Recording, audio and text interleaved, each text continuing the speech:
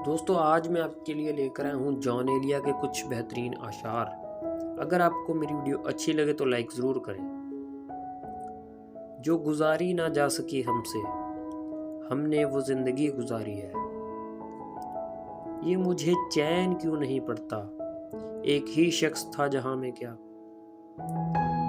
ज़िंदगी किस तरह बसर होगी, दिल नहीं लग रहा मोहब्बत में। सारी दुनिया के गम हमारे हैं और सितम ये कि हम तुम्हारे हैं। बहुत नज़दीक आती जा रही हो, बिछड़ने का इरादा कर लिया है क्या। कौन इस घर की देखभाल करे, रोज़ एक चीज़ टूट जाती है।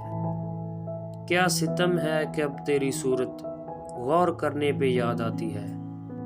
किस लिए देखती हो आईना, तुम तो खुद से भी खूबसूरत हो। मुस्तकिल बोलता ही रहता हूँ, कितना खामोश हूँ मैं अंदर से। इलाज ये है कि मजबूर कर दिया जाऊं, वगरना यूं तो किसी की नहीं सुनी मैंने।